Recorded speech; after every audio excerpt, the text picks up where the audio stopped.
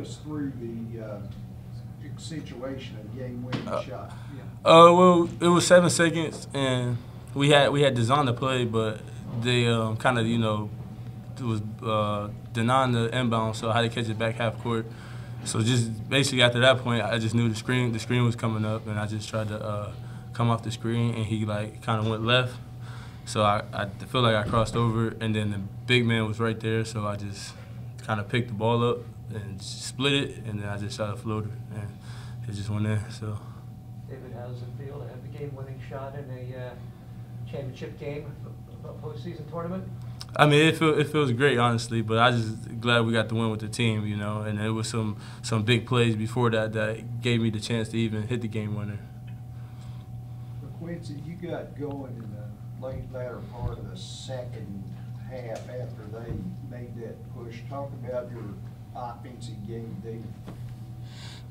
Coming into the second half, I was looking forward to getting my teammates involved more, getting my shooters to knock down shots, give them the opportunity to. But I just go out there, do what I had to do to get the win.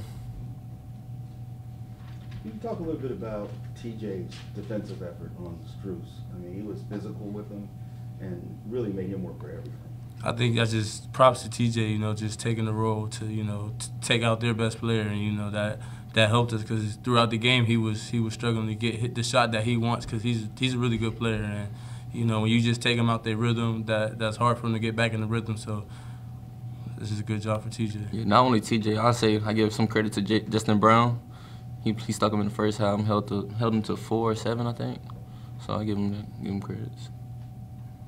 All right, you guys got to do this again on Wednesday in Chicago. How weird is it to play the same team twice to win a championship?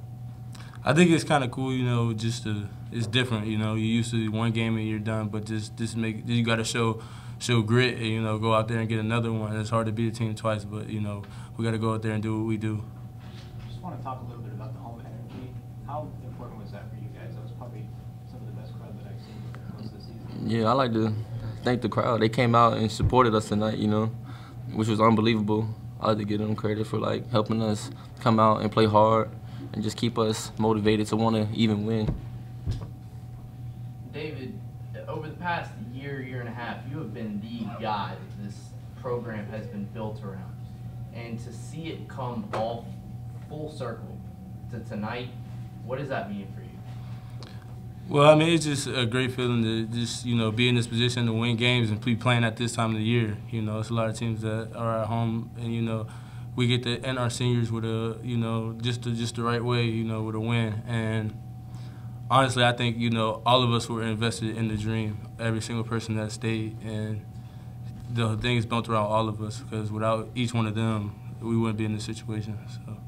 And then a follow-up for LaQuincy, man, you had to sit out last year and with the transfer and talk about kind of seeing the process from the bench and then getting thrusted into that starting role this year, and talk about kind of getting into things and seeing how much this team has progressed.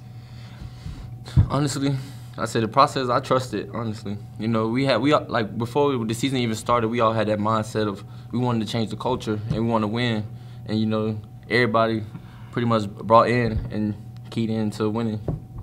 And then, it's just a great experience, to come be here, and just change this team into a winning team. That's such a great feeling. It's kind of nice to have to play these CBI games. You guys didn't have the best ending to conference play, but you don't have to end the season on such a sour note. Is it kind of nice to play these games? Definitely, and Coach emphasized that in the locker room, just how we get to end our last home game, with a good feeling. We played hard the whole time, and we came out with a win. It was, we said before the game and talked the last 2 days that, this is like a middle of February tough conference game, and that's the way it was played. Very physical. I don't know if it's American Conference or Big East, but it was a physical, hard fought. They're great offensively, but I said watching them in Big East play, they're a lot better defensively than maybe some of their numbers show, and they showed it today. But our defense was good enough to win us the game, and our offense made just enough plays. And you move on. We're going to evaluate the film and try to figure out some things that we need to do better and what hurt us and different things like that. But great defensive effort, great effort on the glass by us, +5 on the glass, which was big. Made just enough shots against their length. You know, they have a guard out, so they went big. First time all year they've kind of played that way. Their zone was effective because of the length that they had. And you got to make some shots, and we had some good shots and made some, but didn't get enough shots around the basket in the second half. No shot bigger than LaQuincy's off the ball screen when they went under it. You know, he's made big shots for us all year long, and then obviously put the ball in David's hands because of them kind of swarming Quincy on a couple possessions. So we had Quincy spotting up and JB spotting up, and it was up to David to make the read, and he made a great read because they kind of shifted out a little bit, and he got just enough of an angle to get the shot up. So, you know, it's college basketball at this time of the year. You know, it comes down to play-by-play, possession by possession, and, you know, give them credit because they made big plays down the stretch, and then give us credit for making a big play in the last play of the game. Coach, can you talk about TJ and Justin and the defensive job they did on Struce? They did it. You know, you're not going to shut him down. He's too good of a player as a fifth-year senior. He's got great experience, great size. He can really shoot the ball. We wanted to make things as hard as we could on him. We gave him one easy shot, I thought, and that was on a baseline out of bounds. He made that, and all of a sudden he makes the next two. You know, and that's kind of who he is because he's so offensively talented. You know, but started JB on him. TJ did a good job on him. We had to go 5 minutes with David on him, and I thought David did a good job. That change-up, keeping fresh guys on him, is effective for us. Those guys, you know, responded to that challenge. Now, he's good because you can play really good defense on him, and he can still make the shot, you know. I thought Kane for them was outstanding, and their big guys are really good, you know, and you know, Femi's a fifth-year senior, Kane's a senior, and Strauss is a fifth-year senior, and those are their three leading scorers. And our younger guys responded pretty well. Coach, while there's work to do in Chicago, you won your last home game. Yeah. And 4 in a row at home, joined the tournament. Talk about what that means. Yeah, and you know, I told the guys last night when we were meeting, you know, in the 30-some games that we've played, I can count on one finger a game that I didn't think we played South Florida basketball. And that was the SMU game at home, the last home game of the regular season. We were out of sorts for some reason. We didn't defend well. We didn't move the ball offensively. And that was disappointing to end a great home season like that, you know. Because we've, you know, you look at our attendance, the marketing and our group have done a great job. Our attendance is up, especially in league play. And then we knew this would be our last home game, so we wanted to end it much better with a much better effort, you know, and we did. You know, I think when you think of our program and where we want to get to, it's going to be based on toughness and defense and rebounding, and we're going to keep getting better offensively, and that's kind of what you saw tonight. So I was pleased to end it. We get 18 wins at home, which is incredible. The 4 extra home games, you know, again, I've talked at nausea regarding how important it was and how great it was for our program, how big it was for our program. But everything we try to do, you know, you got to continue to build the momentum and winning this home game in the fashion that we did. Now, I would have liked it a lot less, you know, dramatic, but was great. It was great, and I appreciate. We had a great crowd, and at this time of the year to have to, you know, buy the tickets and get here and all the different things. You know, really good crowd. The people worked really hard to get a bigger crowd than we've had before, and they were loud. I said it 2 years ago when we had a pretty good crowd. If we can get it up there with the numbers, this place could be really difficult to play at. Now, our job is to keep producing good teams so people will support us and come and know that they're going to watch an exciting team that represents this school and the community, the Bay Area, the right way, and we're going to do that. Coach, you mentioned on Friday that you were going to have to call Billy Moll to get the mentality Yeah. game series. Yeah. First question, did you do that? And second of all, what's the mentality? I didn't call Billy this You weekend. didn't go, Billy? No, So what's the no, mentality no, right now in no, the locker room? No. You know, what's interesting is, you know, I was thinking about, well, you know, if you lost the game, you go to Chicago and it's like being in the Final Four. If you lose, you're done, you know, but if you win two, you win it, you know. So for us, we're going to have to play better, you know, and you know, we're not a team that says, okay, you know, all right, we got to win 1 out of 2. That's not who we are.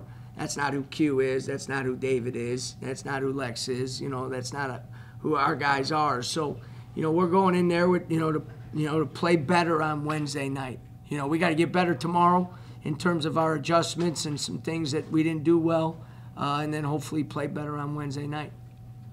David has the ball in his hands for the last shot, obviously. He has been your guy over the last year and a half. And for him to be able to put that shot in, get you guys the victory, see it come full circle, what does that mean for you, for him, for this program? Well, I mean, it's always good to have guys that can make those plays at the end of the game, you know. And there's, you know, I think I'm fortunate because I think I got 2 guys, you know, because LaQuincy's made big plays for us at the end of games. Sometimes a basket. Now, we don't win that game if he doesn't make that 3. You know, we had 2 or 3 bad offensive possessions in a row, and he makes the 3 for us. You know, and a lot of times some of David's shots that he gets, and those crucial times are off of LaQuincy's passes, those 2 guys are starting to learn how to, you know, kind of play off each other. And again, you look at the teams that are still playing, they got great guard combinations, and I think we have that. With that being said, I feel very comfortable with the ball in David's hands. You know, even if a play or 2 before he hasn't made a great play or made a wrong decision. He is he's a competitive kid, and I'll take those kind of guys every day, you know. And then you can live with. That's the one thing that's great. Sometimes as you're rebuilding, it's not, you got to find guys you can win with. I said it last year, I think. You got to find guys you can lose with, because you're going to lose games as you rebuild, or as in our case, build, you know. But those 2 guys, you can live with it with the ball in their hands, because you know they're going to do everything they can to try to win the game for you. Justin had a pretty rough go of it early in this tournament. Finally sees the ball go through the net. Did you think that kind of sparked them defensively? Yeah, you know what? I think he's maturing a little bit, though, because I do think early in his career, maybe even earlier this year, if the ball doesn't go through, then it affects other parts of his game. You know what I mean? But like I said, he didn't shoot the ball, you know, 1 for 4 from the 3. God, he had a good look in the corner on that one. But, you know, he did a good job on the defensive end without maybe making all the shots that he is accustomed to making. Part of that is a maturation process, because he can impact the game other ways. As I said, he's dramatically improved defensively, dramatically. There would be no thought whatsoever in my mind of putting him on Max Strauss last year at this time. He would have set a North American record for points in a game. All right? It's just not. And he's dramatically, he's taking great pride in that. You know, and that's part of growing up, because, you know, freshmen sometimes struggle to defend the way you need to. But he was great tonight on the defensive end. Coach, on the defense, could you talk about your team's defensive effort? I thought Depaul ran some really good stuff, Yeah. control and replace action, and you guys defended the ball screens really well, I thought. Yeah. You know, I think in, you know, our defense took a 2-game hiatus against SMU and UConn at the end of the year, and we got back to we were able to practice, you know, and get back to some of our core defensive principles again, especially on some of the ball screen stuff, our 3 different coverages, and being able to utilize all 3 coverages in one game. And we just weren't very good at that in those last couple games of the season. And then our transition defense has been much better. I said, you know, with Q banged up, we're not able to maybe push up and pressure as much as we were earlier in the year. But I thought a big key in the second half, or in the first half, was to take the lead at halftime with LaQuincy and Lex on the bench so much. And so other guys had to respond. I thought Mayen helped us in the first half. I thought Antune did. And I thought X gave us a big lift in the first half, huge lift in the first half. So, you know, we're strong because, you know, we play 9-10 guys. And guys got to, you know, kind of step up, especially on the defensive end. We don't necessarily take a drop on the defensive end when our subs come in. They know what they're supposed to do. They know their coverages. They know our game plan. They know our system. Because when you play a game like this, there's going to be some system coverages where you're not ready for what they're going to run because you just haven't played them or seen them, you know what I mean? And there was a couple of those, and they scored on a couple of them, but we also stopped them on a couple of them and just, you know, sticking to our principles.